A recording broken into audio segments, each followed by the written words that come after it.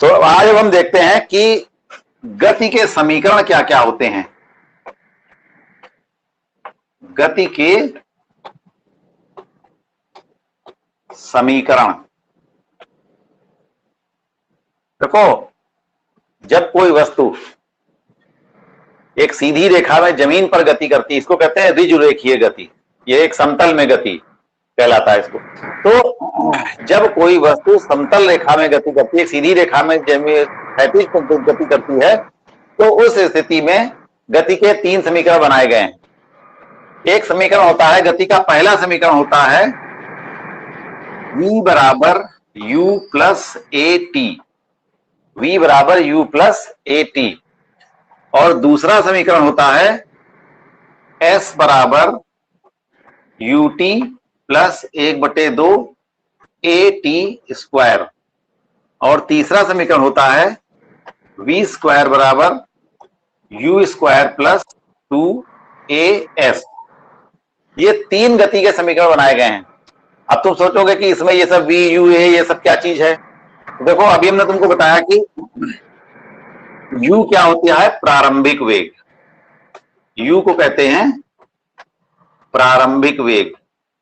प्रारंभिक वेग को हम सूत्र में किस अक्षर से दिखाते हैं, u से। v जो होता है इसको कहते हैं अंतिम वेग। v क्या है, अंतिम वेग। तो u हो गया, v हो गया। a क्या है, a कहते हैं हम त्वरण को। a क्या कहलाता है, त्वरण को। और t क्या है, t यहां पर होता है समय। t क्या होता है, समय, कितना समय लगा। और कौन सी चीज है इसमें, s। s जो होता है वो किसी गतिमान वस्तु द्वारा चली गई दूरी होती है, उसको s से प्रदर्शित करते हैं, चली गई दूरी। और बस इतनी चीजें सब हैं, v u a t और s। तो u क्या होता है, प्रारंभिक वेग। जैसे अभी बताया था तुमको, कोई वस्तु इतने वेग से चल रही तो ये उसका प्रारंभिक वेग है। थोड़ी देर बाद उसका वेग बढ़ करके कुछ और हो गया तो वो क्या कहलाएगा, अंतिम। जो बाद में जो वेग होगा वो हमेशा कहलाता है अंतिम वेग। u क्या कहलाता है, प्रारंभिक वेग। जो शुरुआत में जो वेग होता है वो कहलाता है प्रारंभिक वेग, और बाद में जो वेग होता है उसको कहते हैं अंतिम वेग। a क्या कहलाता है, उस गतिमान वस्तु का जो त्वरण होता है उसको कहते हैं a। t क्या है, समय, यानी उस वस्तु को एक स्थान से दूसरे स्थान तक जहां तक जाने की बात की जा रही है प्रश्न में, तो वहां तक पहुंचने में उसको कुल कितना समय लग रहा है। और s क्या है, दूरी, यानी वस्तु गति कर रही है तो कितनी दूर तक गई, जहां तक वो गई है वहां तक जाने की उसकी दूरी कितनी थी। तो ये कुछ संकेत हैं जिनके आधार पर ये कुछ तीन समीकरण बनाए गए हैं। इनको कहते हैं गति के समीकरण। तो पहला समीकरण यही होता है, दूसरा समीकरण ये होता है, तीसरा समीकरण ये होता है, समझे। और ये होता है, कभी भी समीकरण को गलत उलट पलट नहीं किया सकता। अगर पहला समीकरण कहा जाएगा तो ये वाला पहला नहीं बताएंगे, पहला समीकरण हमेशा यही वाला होगा। गति का प्रथम समीकरण यही कहा जाता है, द्वितीय ये कहा जाता है, और तृतीय समीकरण ये कहा जाता है। ठीक, तो ये तुमको गति के समीकरण भी याद रखने हैं। गति के तीन समीकरण होते हैं, v बराबर u plus A T, s बराबर U T plus 1/2 A T square, v square बराबर u स्क्वायर प्लस 2as। ये तीन समीकरण होते हैं, ठीक है।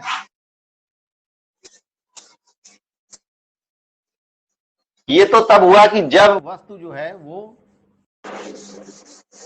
क्षैतिज रेखा में गति कर रही है, यानी जमीन पर गति कर रही है, भूमि पर गति कर रही है सीधी रेखा में।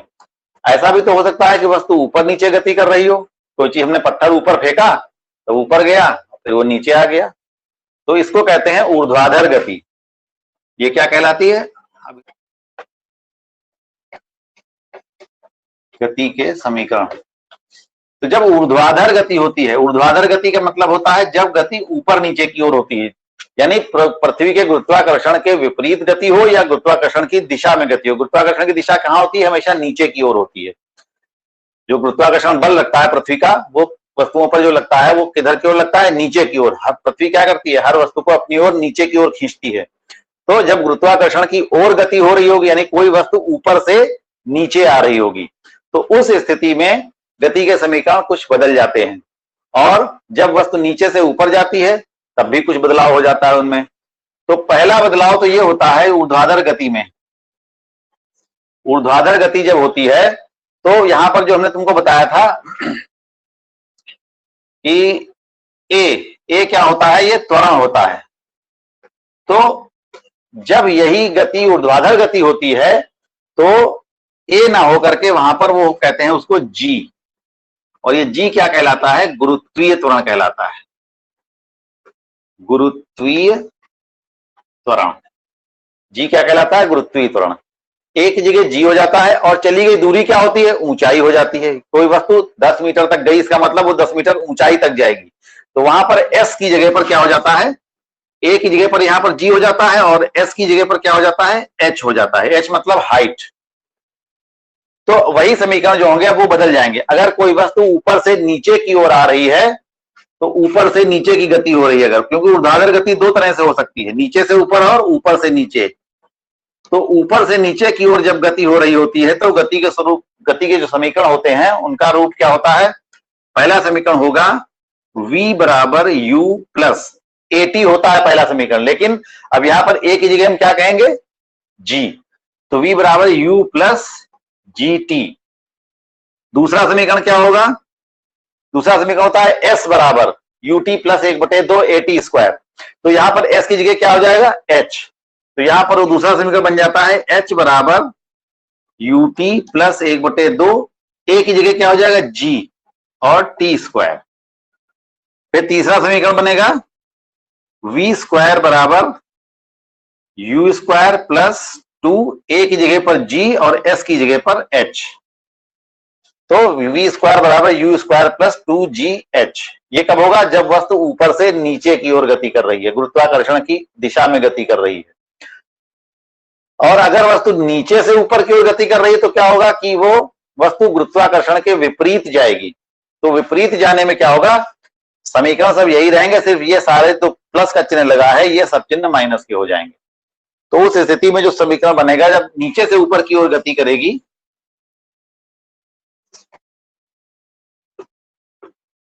नीचे से ऊपर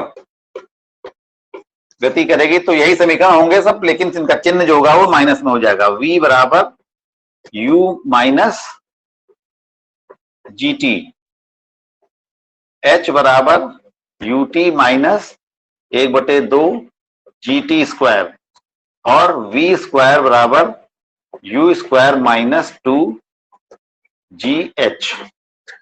तो उस स्थिति में सारे प्लस के चिन्ह जो होते हैं वो माइनस के हो जाते हैं। कब, जब वस्तु जो होती है वो नीचे से ऊपर की ओर यानी गुरुत्वाकर्षण के विपरीत जाती है, जब, तब चिन्ह माइनस में होते हैं। और जब गुरुत्वाकर्षण की दिशा में आती है यानी ऊपर से नीचे आती है, उस स्थिति में समीकरण जो होते हैं वो सभी चिन्ह प्लस के होते हैं।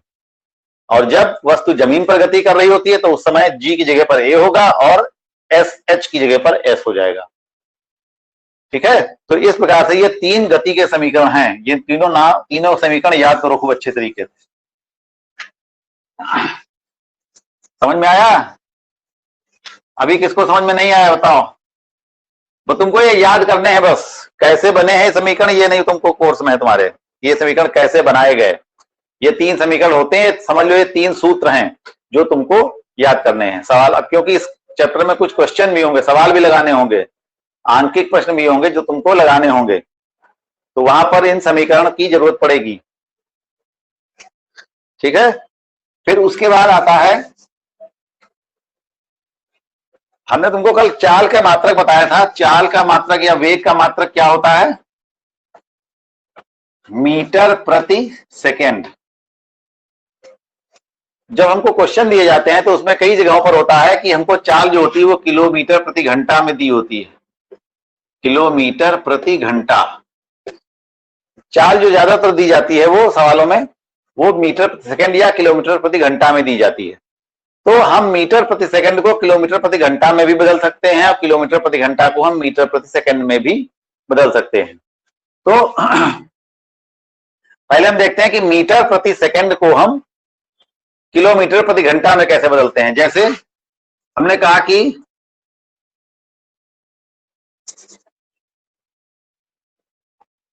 40 मीटर प्रति सेकंड है, इसको किलोमीटर प्रति घंटा में बदलो। किलोमीटर प्रति घंटा, केएम मतलब किलोमीटर, एच मतलब आवर मीन्स घंटा, किलोमीटर प्रति घंटा में बदलो। तो 40 मीटर प्रति सेकंड का मतलब होता है 40 मीटर बटे सेकंड। प्रति का मतलब क्या होता है? बटा। ये बताया था उस दिन कि प्रति माने क्या होता है? बटा। तो 40 मीटर बटे सेकंड। अब इसको किलोमीटर में बनाना है, तो 40 मीटर को किलोमीटर बनाना है। कैसे बनेंगे? 1 मीटर में, 1 किलोमीटर में कितने मीटर होते हैं? बताओ, कोई लड़का बताओ। 1 किलोमीटर में कितने मीटर होते हैं? 1000। 1 किलोमीटर बराबर 1000 मीटर।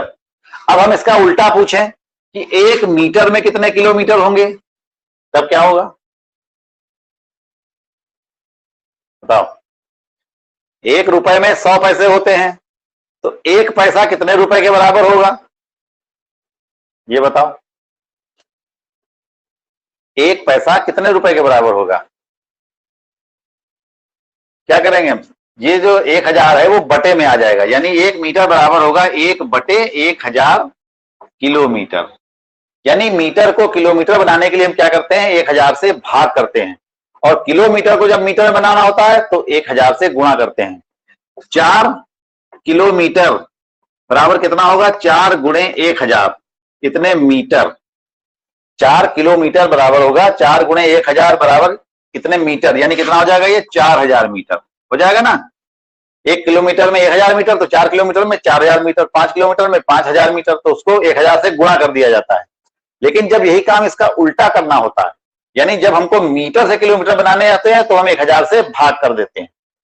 तो यहां पर हमें क्या करना है? मीटर से किलोमीटर बनाना है, तो ये हो जाएगा 40 बटे 1000, ये हो गए तुम्हारे मीटर। और सेकंड को क्या बनाना है? सेकंड को बनाना है घंटा। अब 1 घंटे में कितने सेकंड होते हैं ये पता करो जरा।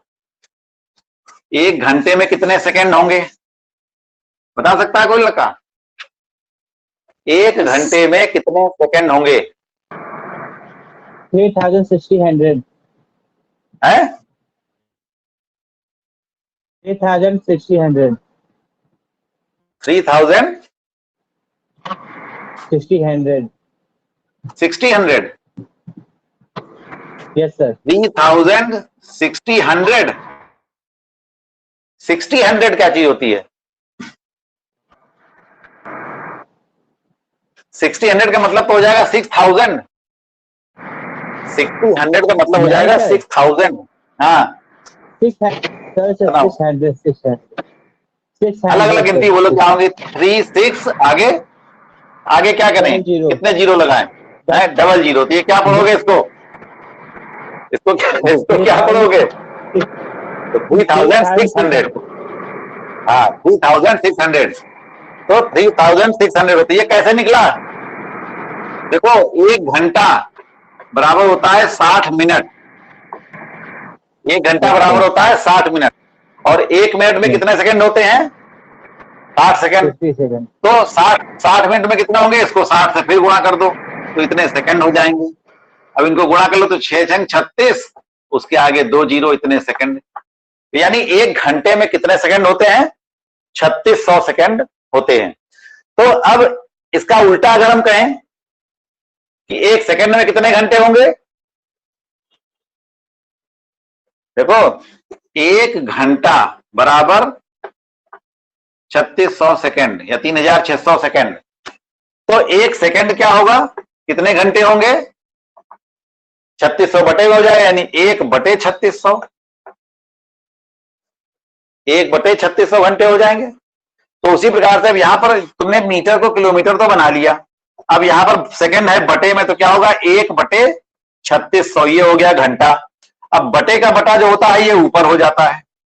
कहीं पर भी लिखना हो, जैसे 40 4 बटे 1 बटे 3 लिखना है, तो ये 3 कहां जाएगा? ऊपर जाएगा, क्योंकि ये मेन बटा है, बटे के नीचे फिर बटा आ गया, तो ये कहां जाएगा? ये 3 ऊपर आ जाएगा, गुणा हो जाती है ऊपर आकर के। तो ये क्या होगा? ये 3600 कहां चला जाएगा? ऊपर आ जाएगा। तो ये बन जाएगा तुम्हारा 40 गुणे 3600 बटे 1000। इसको अगर हल कर लो तो इतने मीटर प्रति सेकंड आ जाएगा, कितना, 40 मीटर बराबर। अब हल कैसे करेंगे, ये जीरो कट गया, ये जीरो कट गया, ठीक। अब इसको ये जीरो कट गया, अब नीचे एक बचा, एक तो कोई बात नहीं, 40 36 और 4 को गुणा कर लो, 4 6 24, 4 3 12, 13 14, 144 किलोमीटर प्रति घंटा। यानी हम मीटर प्रति सेकंड से किलोमीटर प्रति घंटा बनाने के लिए क्या करेंगे, 40 को हमने किससे गुणा किया है, 3600 बटे 1000 से। यहां पर जो हमने सब गणना की तो गणना के हिसाब से क्या है, 4000 को 36 से गुणा करनी है और 1000 से भाग करना है। तो 40 को हमने 3600 से गुणा कर दिया और 1000 से भाग कर दिया, ठीक है। तो अब फिर उसको हल कर लिया तो आ गया ये 144 किलोमीटर प्रति घंटा। इसको थोड़ा सा ये तो तुमको मैं समझाने के लिए इतना लंबा बताया। शॉर्ट में क्या होता है,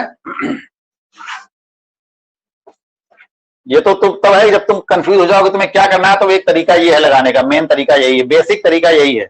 लेकिन अगर इसको हम छोटा करें तो क्या होगा, जैसे 40 मीटर प्रति सेकंड है तो इसको किलोमीटर प्रति घंटा बनाने के लिए क्या करेंगे, 40 गुणे 3600 बटे 1000 है ये, तो इसको काट दो, 2 18 36, 2 पंचे 10, यानी क्या है 18 बटे 5। यानी अगर हम 40 को 18 बटे 5 से गुणा कर दें तो वो मीटर प्रति सेकंड से किलोमीटर प्रति घंटा बन जाएगा।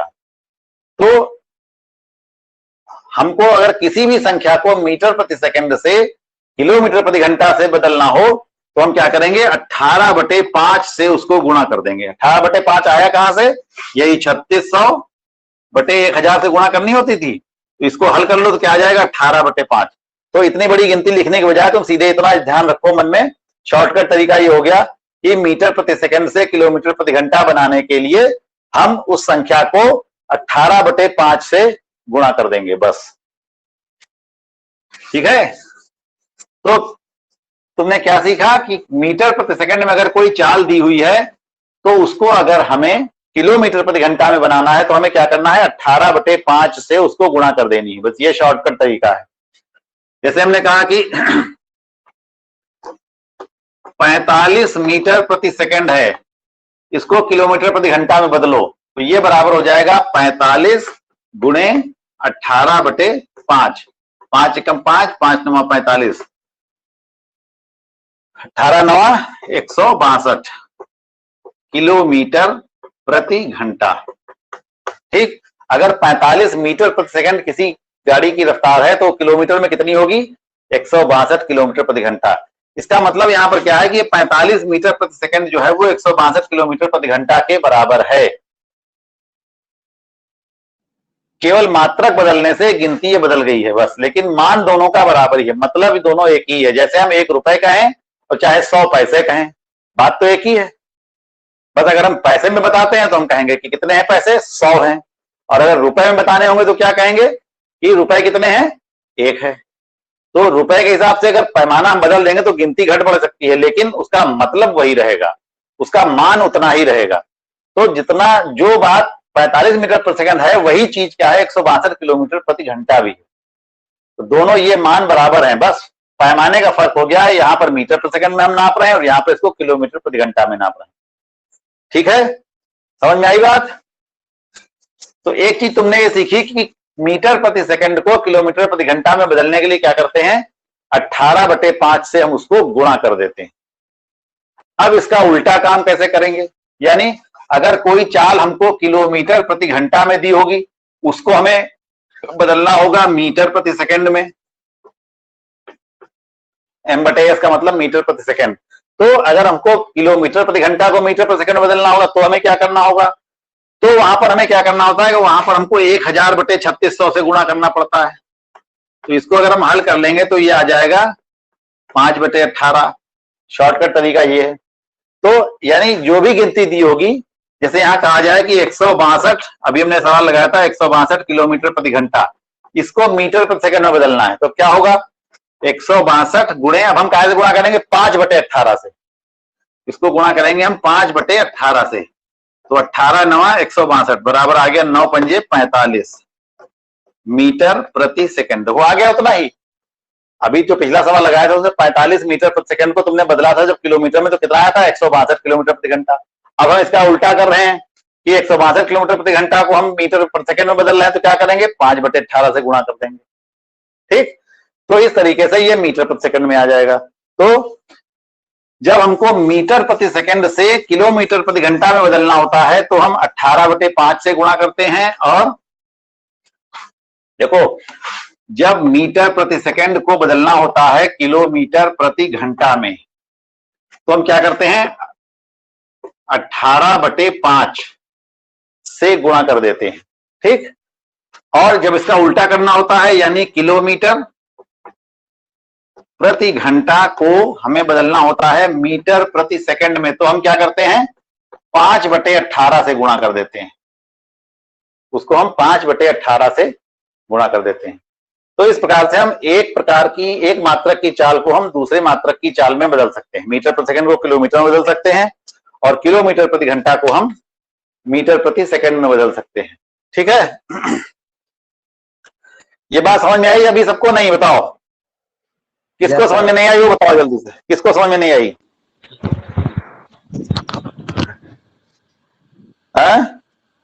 इसमें ऐसी कोई चीज है नहीं वैसे। मीटर प्रति सेकंड से किलोमीटर प्रति घंटा में बदलना है तो 18/5 से गुणा करनी है, किलोमीटर प्रति घंटा को मीटर प्रति सेकंड में बदलना है तो जो संख्या दी होगी उसको हमें 5/18 से गुणा करना है। ठीक है, तो चलो अब सवाल लगाने शुरू करते हैं। 1-2 सवाल लग जाते हैं आज। एक बस की गति 5 सेकंड में 40 मीटर प्रति सेकंड से बढ़कर 60 मीटर प्रति सेकंड हो जाती है। एक बस है जो चल रही है,